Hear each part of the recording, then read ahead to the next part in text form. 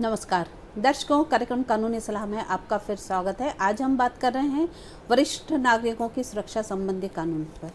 बातचीत के लिए हमारे साथ हैं professor, national law institute, university Bhopal, doctor Sushma Sharma ji. Madam, कार्यक्रम कानूनी सलाह में आपका बहुत बहुत धन्यवाद है। नमस्कार दर्शकों, जैसा कि हमारा आज का विषय है वरिष्ठ नागरिकों की सुरक्षा संबंधी कानून, तो हम आपको बता दें कि आज हम खास तौर से बात करेंगे कि जो वरिष्ठ नागरिक हैं हमारे घर में, परिवार में, समाज में, उनके लिए सरकार ने क्या व्यवस्था की है और क्या कानून बनाए गए हैं जिससे कि उनको सुरक्षा प्रदान की जा सके, सामाजिक सुरक्षा, कानूनी सुरक्षा, जिससे वो एक अच्छा जीवन यापन कर सकें। कई बार ये देखने में आता है कि कई वरिष्ठ नागरिक हैं जो अकेले रह रहे हैं और उनके साथ कभी कोई अप्रिय घटना घट जाती है, तो ऐसी स्थिति में कानून उनकी क्या मदद करता है। और कभी कभी तो बच्चे भी अपने पेरेंट्स को नहीं रखते हैं और माता पिता अकेले रहते हैं, कभी पिता अकेले रह जाते हैं, कभी माता अकेली रह जाती हैं, बच्चे भी कभी कभी अपने माता पिता से दुर्व्यवहार करते हैं। तो ऐसी स्थिति में कानून उन्हें क्या सुरक्षा प्रदान करता है और ये कानून खास तौर से क्यों बनाया गया है, किन परिस्थितियों के मद्देनज़र बनाया गया है, आज हम इसी पर चर्चा करेंगे। कार्यक्रम शुरू करने से पहले हम आपको बता दें कि हमारा ये कार्यक्रम लाइव फोन इन कार्यक्रम है और इसके माध्यम से आप सीधे हमसे जुड़कर सवाल कर सकते हैं। हमारा टोल फ्री नंबर है 1800-233-0040। दूसरा नंबर है 0755266049। टेलीफोन नंबर आप स्क्रीन पे भी देख सकते हैं और इस विषय से संबंधित आपकी जो भी समस्या है, आप स्क्रीन पे जो नंबर दिए जा रहे हैं उन नंबरों पे आप संपर्क कर आज इस कार्यक्रम में अपनी समस्या का समाधान कर सकते हैं। तो आइए कार्यक्रम शुरू करते हैं। मैडम, सबसे पहले तो ये जानना चाहेंगे कि जैसा कि हमारा आज का विषय है वरिष्ठ नागरिकों की सुरक्षा संबंधी कानून, तो वरिष्ठ नागरिकों की परिभाषा में किस किस को माना गया है? चित्रा जी, वरिष्ठ नागरिकों को विशेष संरक्षण की आवश्यकता है, इसके तहत ये चर्चा बहुत ही महत्वपूर्ण हो जाती है। जी बिल्कुल। वरिष्ठ नागरिकों के अंतर्गत वे सभी लोग शामिल हैं जिनकी उम्र 60 वर्ष या इससे अधिक है। तो कानूनी परिभाषा ये है, लेकिन मैं इसके साथ ही आपको ये बताती हूँ कि इसका दायरा थोड़ा बढ़ गया है, क्योंकि जो संरक्षण विधि ने दिए हैं ये सिर्फ वरिष्ठ नागरिकों को ही नहीं दिए गए, ये पेरेंट्स को भी दिए गए, यानी कि माता पिता। क्योंकि जो अधिनियम जिस पर हम आज विशेष रूप से चर्चा करने जा रहे हैं जी, ये अधिनियम का नाम है maintenance and welfare of parents and senior citizens act 2007, जिसको हिंदी में कहेंगे माता पिता और वरिष्ठ नागरिकों का भरण पोषण एवं कल्याण अधिनियम। जी, तो ये अधिनियम सिर्फ वरिष्ठ नागरिकों तक ही सीमित नहीं है, इसमें वे माता पिता भी शामिल है जो 60 वर्ष से कम उम्र के हैं। जी बिल्कुल। जी, तो टेक्निकली 60 वर्ष और उससे अधिक की उम्र के लोग वरिष्ठ जन कहलाते हैं। जी, किंतु जो संरक्षण या प्रोटेक्शन का सवाल उठता है समाज में, वो उनको भी है जिन्हें संरक्षण की आवश्यकता है जी, और वो पेरेंट के तौर पर इस समाज में रहते हैं, पेरेंट हैं। इवन वैसे भी लोग जो कि पेरेंट नहीं बन पाए, जो कि माता पिता नहीं बने, लेकिन उनकी उम्र 60 से अधिक है, उनके लिए भी भरण पोषण, और केवल भरण पोषण ही नहीं, भरण पोषण और संरक्षण 2 अक्षर है इस कानून में, तो दोनों चीजों का समावेश है। जी, बहुत अच्छी बात आपने कही है कि सिर्फ वरिष्ठ नागरिकों को ही सुरक्षा प्रदान नहीं करता है ये कानून, ये माता पिता एवं वरिष्ठ नागरिकों का भरण पोषण और कल्याण भी करता है, उसके लिए भी बनाया गया है।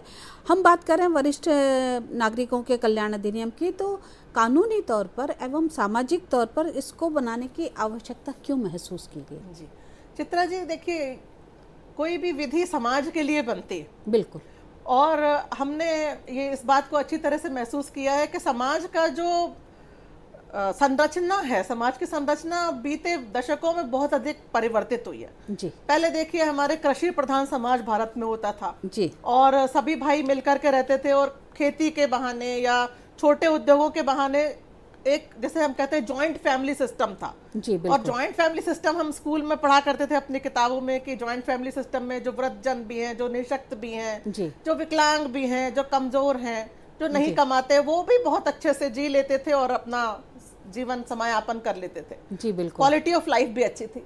लेकिन धीरे धीरे जैसे हमने देखा कि इंडस्ट्रियलाइजेशन भी हुआ, औद्योगिकरण, लोगों को नौकरी के सिलसिले में और अन्य आवश्यकताओं के कारण अपने पैतृक स्थानों को छोड़कर दूर जाना पड़ा जी। और अब देखिए एकल परिवार बहुत अधिक बढ़ गए हमारे समाज जी में। बिल्कुल, हम चर्चा जारी रखेंगे। मैडम, एक कॉलर लाइन पे हैं, बाराबंकी से, हम उनका सवाल लेते हैं। नंद स्वरूप जी, कार्यक्रम कानूनी सलाह में आपका स्वागत है, बताइए क्या पूछना चाहते हैं। नमस्कार सर, मेरा नाम नंद स्वरूप मिश्रा है, बाराबंकी से। मैं जानना चाहता हूँ जी, बचपना खेल कर खोया, जवानी नींद भर सोया, बुढ़ापा देख कर रोया। जब बुढ़ापा आती है तो बहुत बड़ी समस्या पैदा हो जाती है। तो ऐसी दशा में बहुत से वरिष्ठ नागरिकों के पास बहुत कुछ है, इसलिए उनको परेशानी मिलती है। और जिस नागरिक के पास कुछ नहीं है, उनका कैसे जीवन यापन। और दूसरी चीज, पुराने जमाने में जो थे, बहुएं आती थी, अपने माता पिता का भगवान का दर्जा दे करके पूजा पर और सेवा करती थी। अब तो मोबाइल से फुर्सत नहीं पाती, कितने कर अपने सास ससुर या माता पिता की सेवा वो करें। इनके लिए कौन सा संदेश आप देना चाहती? जी नंद स्वरूप जी, आपने बहुत अच्छा सवाल किया है। और जो हम चर्चा कर रहे थे कि इन कानूनों की आवश्यकता क्यों पड़ी, देखिए ये तो एक सामाजिक विषय है। आदर्श तो समाज वो है कि हमें कानून की आवश्यकता ही नहीं पड़े, क्योंकि कानून किसी चीज़ को बलपूर्वक करवाने के लिए आवश्यक होता है। तो जैसे आपने पॉइंट आउट किया इस बात को, मैं यही कह रही थी कि क्योंकि एकल परिवार बढ़ गए, बेटा बहू दूर चले गए नौकरी करने के लिए, और दूसरा क्या, जनसंख्या का नियंत्रण हुआ, जो कि एक अच्छी बात है। लेकिन जनसंख्या के नियंत्रण होने से बच्चे कम, या तो परिवार में केवल 2 बेटे होंगे या 2 बेटियां होंगी, या 1 बेटा 1 बेटी। तो इस तरीके से छोटे छोटे परिवार, एकल परिवार होने से अब जिम्मेदारी निभाना मुश्किल हो गया। दूसरा जो आपने ये भी कहा कि शिक्षा, या आपने मोबाइल का उदाहरण दिया, तो देखिए प्रथम हमारे समाज की जो पहली सीढ़ी होती है, समाज रूपी बिल्डिंग का जो एक पहला कहना चाहिए नींव होती है, फाउंडेशन ईंट होती है घर। एक एक घर एक ईंट के समान है। तो घर में जैसी शिक्षा मिलेगी वैसी ही समाज की संरचना बनेगी आगे जा करके।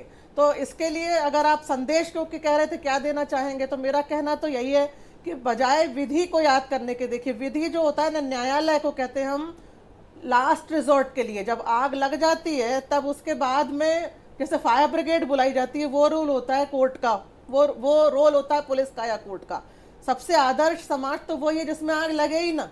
तो fire watching is better than fire fighting. कहते हैं ना कि हमें अपनी जीवनचर्या ऐसी बनाओ कि डॉक्टर के पास ना जाना पड़े। तो सामाजिक संरचना में हमें अपने बच्चों को ऐसी शिक्षा देनी पड़ेगी, और उदाहरण देकर के वो शिक्षा प्रैक्टिकली प्रस्तुत करनी पड़ेगी।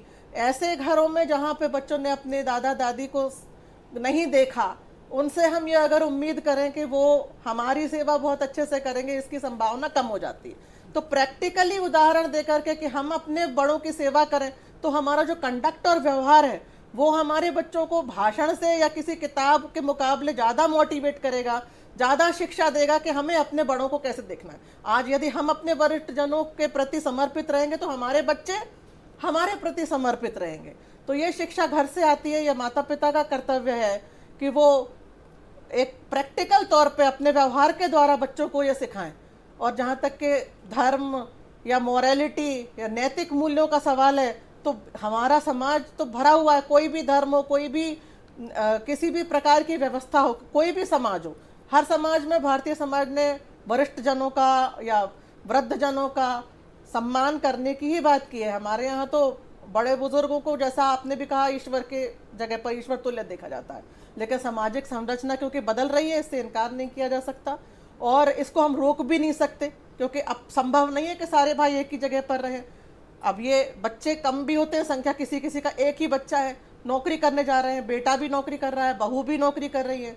तो ऐसे में समाज का भी दायित्व बनता है कि इस प्रकार की व्यवस्था सुनिश्चित की जाए, जहाँ पर हम अपने बुजुर्गों को रख करके अच्छी केयर कर सके, या हम अपने घर में उस केयर को बुला सके, जिससे हमारी अनुपस्थिति में हमारे बुजुर्गों का ध्यान रखा जाए। तो शासन ने भी इसमें कदम उठाए। अब यदि मैं आपको उदाहरण देती हूँ कि 1999 में हमारे यहाँ एक वृद्धों से संबंधित पॉलिसी सरकार ने बनाई थी, शासन ने, और उसके बाद में 2011 में बनाई गई। और हमारा जो संविधान, हमारी सबसे बड़ी विधि है, उसमें तक अनुच्छेद 21 जीवन की और स्वतंत्रता की गारंटी देता है। वो गारंटी वृद्धजनों के लिए भी है। वृद्ध होने से व्यक्ति का जीवन समाप्त नहीं हो जाता, वरिष्ठ जन होने से जीवन के नए आयाम खुलते हैं, व्यक्ति और प्रबुद्ध हो जाता है। और इसी तरह से संविधान के अनुच्छेद 21 में सरकार का दायित्व है कि वो ऐसी सामाजिक सुरक्षा सुनिश्चित करे जिसमें वृद्धजन अच्छे से रह सके। उसी का पालन करवाने के लिए कानून बनाए गए हैं, जिस कानून की हम आज चर्चा कर रहे हैं। जी, मेरा ख्याल है आपको अपने प्रश्न का उत्तर मिला होगा। मैडम इस बीच एक और कॉलर लाइन पे जबलपुर से हैं, हम उनका सवाल लेते हैं। जी। विकास जी, कार्यक्रम कानूनी सलाह में आपका स्वागत है, बताइए क्या पूछना चाहते हैं। मैडम मेरा सवाल ये है जी कि जो बुजुर्ग जन हैं अपने घर के, जी। उनके 3 बेटे हैं जी और उनमें से एक बेटा दिमागी तौर से कमजोर है जी और बेटे उनकी देखभाल नहीं कर पा रहे, तो वो अपना अधिकार कैसे करें? जी, देखिए, जैसे हमारे यहाँ पहले भी कई अधिनियम और कानून थे जी जिसमें कि वृद्धजनों की सुरक्षा की बात की गई थी। Hindu adoption and maintenance act, एक पहले हामा जिसको हम बोलते हैं, उसमें प्रावधान थे। मुस्लिम विधि में प्रावधान, क्रिश्चियन विधि में प्रावधान सब जगह थे। बाद में हमारे यहाँ दंड प्रक्रिया संहिता बनाई गई, उसकी धारा 125 में वरिष्ठ जनों के मेंटेनेंस से संबंधित, उनके भरण पोषण से संबंधित प्रावधान रखे गए। और फिर बाद में आपने बताई इस प्रकार की और अनेक प्रकार की सिचुएशंस को ध्यान में रखते हुए ये आवश्यकता प्रतीत हुई कि एक विशेष अधिनियम बनाया जाए। तो जैसा कि मैंने आपसे शुरू में शेयर किया था, अधिनियम का नाम है माता पिता और वरिष्ठ नागरिकों का भरण पोषण एवं कल्याण अधिनियम 2007। इस अधिनियम में ये प्रावधान साफ साफ बने हुए हैं कि उसमें लिखा है कौन मेंटेनेंस मांग सकता है, किससे मेंटेनेंस मांग सकता है। तो इसमें यह प्रावधान है कि कोई भी माता पिता जो अपना स्वयं का भरण पोषण नहीं कर सकते क्योंकि उनकी माली हालत, फाइनेंशियल कंडीशन अच्छी नहीं है, उन्हीं को मेंटेनेंस मांगने की आवश्यकता होगी, दूसरों को तो नहीं होगी जो कि सक्षम है।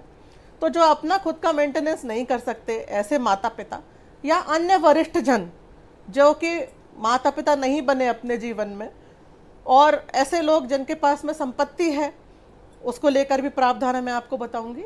जिनके पास में संपत्ति नहीं है, कोई देखने वाला नहीं है, उनके लिए तो शासन देखेगा। आपने उदाहरण बताया कि कोई व्यक्ति है जिनका जो बेटा है वो सक्षम नहीं है, तो यदि निशक्त है, यदि एक ही बेटा है और निशक्त है, असक्षम है, मानसिक या शारीरिक रूप से अपने माता पिता को मेंटेन नहीं कर सकता, तो वो मेंटेनेंस को देने की स्थिति में नहीं है। मेंटेनेंस देने की स्थिति में किससे मेंटेनेंस मांगा जा सकता है? जो कि पेरेंट्स हैं वो मेंटेनेंस किससे मांग सकते हैं? तो इस विधि में ये लिखा हुआ है कि अपने किसी भी चाइल्ड से, और यहाँ पे चाइल्ड का मतलब 18 वर्ष से ऊपर, माइनर बच्चे से भी नहीं मांग सकते, असक्षम बच्चे से भी आप नहीं मांग सकते मेंटेनेंस। जो सक्षम बच्चा है, चाहे वो बेटी हो चाहे वो बेटा हो, और इवन पुत्र या पुत्री नहीं, ग्रैंडसन ग्रैंड डॉटर यानी कि पोता पोती, नाती नातिन, इनसे भी मेंटेनेंस मांगा जा सकता है। और अपने ऐसा बच्चा जो कि एडॉप्शन के द्वारा आपने अडॉप्ट किया वो बच्चा है, वो उससे भी मेंटेनेंस मांग सकते हैं पेरेंट्स। या स्टेपसन जैसे सौतेला बेटा बेटी, उनसे भी मेंटेनेंस मांग सकते हैं, लेकिन वो सक्षम होना चाहिए मेंटेनेंस देने के लिए। ऐसी स्थिति में जैसे कि वो बुजुर्गवार जो हैं, उनका बच्चा सक्षम अगर नहीं है, तो फिर वो शासन की योजनाओं के तहत, शासन ने अनेक योजनाएं बनाई हैं अनुच्छेद 41 हमारे संविधान का पालन करने के लिए और वृद्धजन नीति 2011 का पालन करवाने के लिए, तो शासन की व्यवस्था के अनुसार वो केयर होम बनाए गए हैं वृद्धजनों के लिए। उस केयर होम में जाकर के रह सकते हैं, फ्री स्वास्थ्य सुविधाएं, आयुष्मान योजना का लाभ ले सकते हैं। मेंटेनेंस कोई छोटी सी टर्म नहीं है। भरण पोषण इस और कल्याण अधिनियम में भरण पोषण का मतलब तो कपड़ा, रोटी, छत, इलाज उपलब्ध कराना। यह अधिनियम उससे भी आगे जाता है, कल्याण की बात करता है। कल्याण में उनको रोजगार के अवसर उपलब्ध कराना। 60 वर्ष से ऊपर होने का मतलब ये नहीं कि कोई व्यक्ति असक्षम है काम करने में, उनमें बहुत से स्किल होंगे, वो पढ़ा सकते होंगे, कोई कला का प्रदर्शन कर सकते होंगे। तो फिर यदि कोई ऐसा बेटा बेटी उनका नहीं है, और दूसरा यह अधिनियम ये भी कहता है कि अगर किसी व्यक्ति के बेटा बेटी नहीं है, मान लीजिए जीवित नहीं है, तो ऐसा कोई व्यक्ति जो कि उनकी संपत्ति को उनके न रहने के बाद इनहेरिट करेगा, यानी उत्तराधिकारी, तो विधिक उत्तराधिकारी से भी मेंटेनेंस मांगा जा सकता है इस अधिनियम में। अपने बच्चों से, नाती पोतों से तो आप मांग ही सकते हैं, उसके अतिरिक्त विधिक उत्तराधिकारी से भी मांग सकते हैं कि उस व्यक्ति के रहने के बाद जिसको भी संपत्ति जाएगी उसकी जिम्मेदारी है कि वो मेंटेनेंस दे, है ना। तो ये ऐसा है। और अगर कोई विधिक उत्तराधिकारी भी नहीं, या व्यक्ति के पास में संपत्ति ही नहीं है मान लीजिए, तो फिर उत्तराधिकार का सवाल नहीं उठता। बच्चे भी नहीं है तो शासन की ये जिम्मेदारी है कि वो संरक्षण, जो संरक्षण के स्थान बने हैं, जो केयर होम बने हैं, वहाँ पर रखें उन्हें, और बहुत सारी सुविधाएं हम आगे भी इस पे चर्चा करेंगे कि बहुत सारी सुविधाएं भी दी गई हैं, जैसे रेलवे का टिकट में रिलैक्सेशन है, टैक्स की लिमिट में रिलैक्सेशन है। अब ये तो खैर सक्षम नहीं है तो टैक्स देने के सवाल ही नहीं उठता, है ना। इसी प्रकार से स्वास्थ्य संबंधी योजनाएं, मनोरंजन संबंधी योजनाएं, और जो एक उम्र में होने के बाद में डिसेबलमेंट भी कई बार होता है, व्यक्ति चलने फिरने में असक्षम है तो व्हील चेयर या स्टिक उपलब्ध कराना, या कान से सुनाई नहीं देता तो हियरिंग एड, या दांत अगर खराब हो गए तो उसके लिए डेंटिस्ट की मदद लेना, चश्मा बनाना। तो इन चीज़ों के लिए कई समाज सेवी संस्थाओं की मदद से, कई, मैं अभी नाम नहीं लेना चाहूँगी, बहुत सारी समाज सेवी संस्थाएं हमारे यहाँ काम करती हैं देश में, और बाहर के देशों की भी हैं। तो उनकी मदद से शासन ने अनेक योजनाएं, इंडिपेंडेंटली भी शासन ने अनेक योजनाएं चलाई हैं, जैसे कि स्वास्थ्य मंत्रालय की योजनाएं हैं, सोशल सिक्योरिटी से संबंधित योजनाएं हैं, पेंशन है, वयोश्री योजना है। तो इनके तहत लाभ उठाया जा सकता है। तो मेरा ख्याल है आपको अपने प्रश्न का उत्तर मिल गया होगा। यदि उनके उस जो बच्चा नहीं कमा पाता उसके अतिरिक्त कोई रिश्तेदार हैं जो कि उनकी संपत्ति को इनहेरिट कर सकते हैं,